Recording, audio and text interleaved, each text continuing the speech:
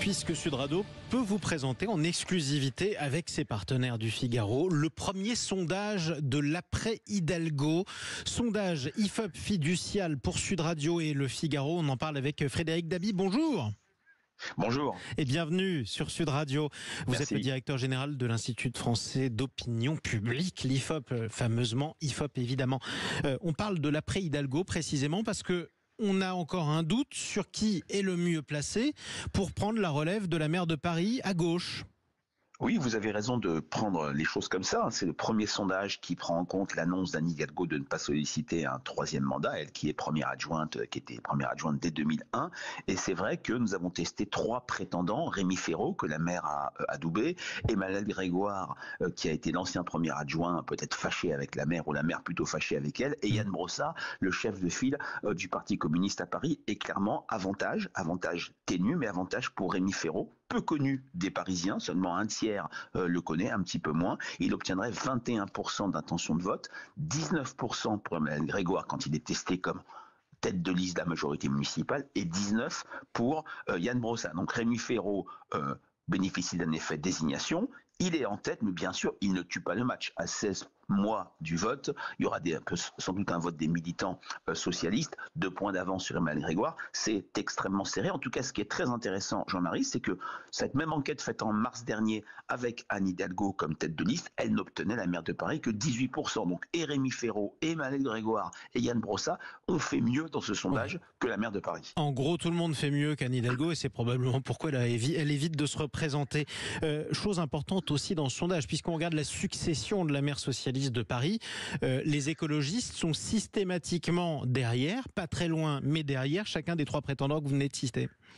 Oui, tout à fait. Ils sont entre 12 et 14%. 14% quand c'est Yannick Jadot. On a plutôt testé le plus souvent David Béliard, le chef de file des écologistes. Clairement, comme dans les scrutins précédents, il y a toujours eu une primaire, si je puis dire, au premier tour entre une liste PS-PC et une liste écologiste. C'est le PS-PC qui arrive en tête. David Béliard fait quand même mieux que ce qu'il a fait en 2020. Il avait fait autour de 10,8%. Mais clairement, encore aujourd'hui, c'est plutôt, si je puis dire, la dimension socialiste et communiste que les Parisiens préfèrent, même si, et c'est le fait majeur du sondage, on va en parler, ils sont, à la grande différence des scrutins précédents, très fortement devancés par la droite et le centre. On va y venir justement, mais dernier point, c'est important, ça confirme quand même une exception parisienne. Quand on regarde d'autres grandes villes de France, Lyon par exemple, même Marseille au début, ou alors Grenoble, ailleurs, souvent les écologistes sont passés devant le PS et l'ont supplanté. Là, c'est pas le cas. Oui. Alors ça a été le cas quand le maire sortant ne s'était pas représenté, donc ça sera le cas à Paris. Ouais. Et là, ce n'est pas le cas. C'est pas le cas non plus à Montpellier, ouais, à Nantes, à Rennes. C'est quand même le cas quand le PS est sortant. Et on sait très bien dans ce contexte où le national fait l'objet de critiques très fortes, les Français sont plus que jamais attachés à leur maire. Quand leur maire se représente, quand il a eu un bilan satisfaisant, c'est plutôt favorable à lui. Un dernier point, Sophia Chikirou, la protégée de Jean-Luc Mélenchon, obtiendrait entre 9 et 11% d'intention de vote. C'est plus qu'en 2020 quand c'était Daniel Simonet, mais c'est tellement loin des 30% de Jean-Luc Mélenchon à l'élection présidentielle. On voit très bien les difficultés de la France insoumise à être crédité d'une capacité à gérer des villes. Pour l'instant, il gère quasiment aucune ville. Ouais, pas assez pour gagner une ville, mais suffisamment pour en faire perdre une à la gauche. Parlons Exactement. maintenant du camp d'en face. Qui de Gabriel Attal, l'ancien Premier ministre, ou de Rachida Dati, la ministre de la Culture, est le mieux placé pour succéder à Anne Hidalgo? Pour l'instant, c'est Rachida Dati, clairement. Très clairement, Gabriel Attal n'a jamais fait le moindre signe vers une candidature, donc soyons prudents, mais clairement, Rachida Dati bénéficie d'un excellent sondage. Elle est entre 36 et 38% d'intention de vote. 37% face à Rémi Féraud, 38% face à Emmanuel Grégoire, 36% face à Yann Brossat. Clairement, aujourd'hui, elle incarne l'alternative au socialisme à la gauche à Paris.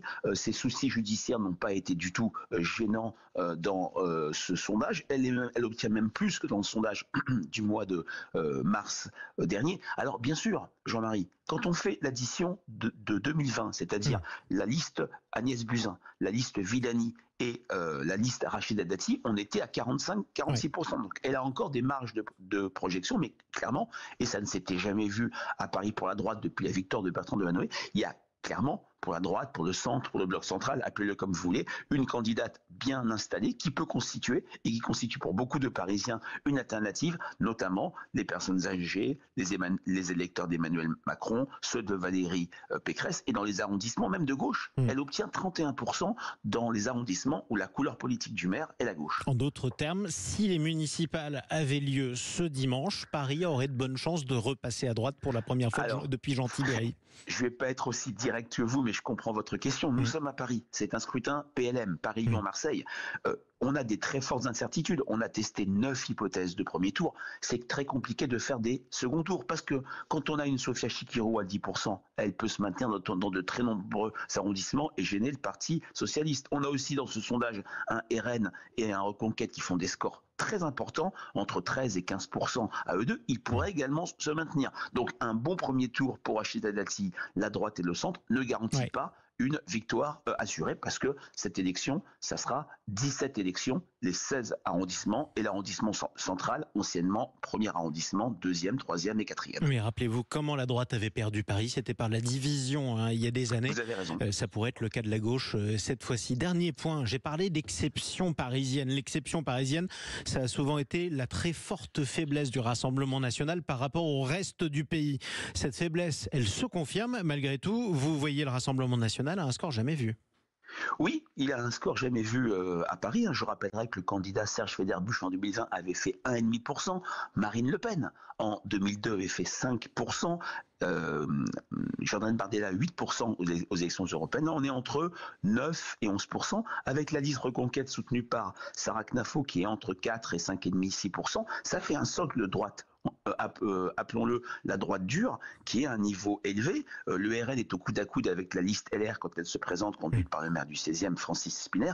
On voit que le RN, pour lequel Paris est une terre de mission, commence à s'installer dans cette ville, même s'il ne peut en aucun cas, sa tête de liste Thierry Mariani, jouer les premiers rôles dans la perspective de mars 2026. Oui, mais là encore, pas assez fort pour gagner, suffisamment fort pour faire perdre. Exactement. Voilà, merci beaucoup, en tout cas, Frédéric Dabi. On vous retrouve très bientôt sur Sud Radio.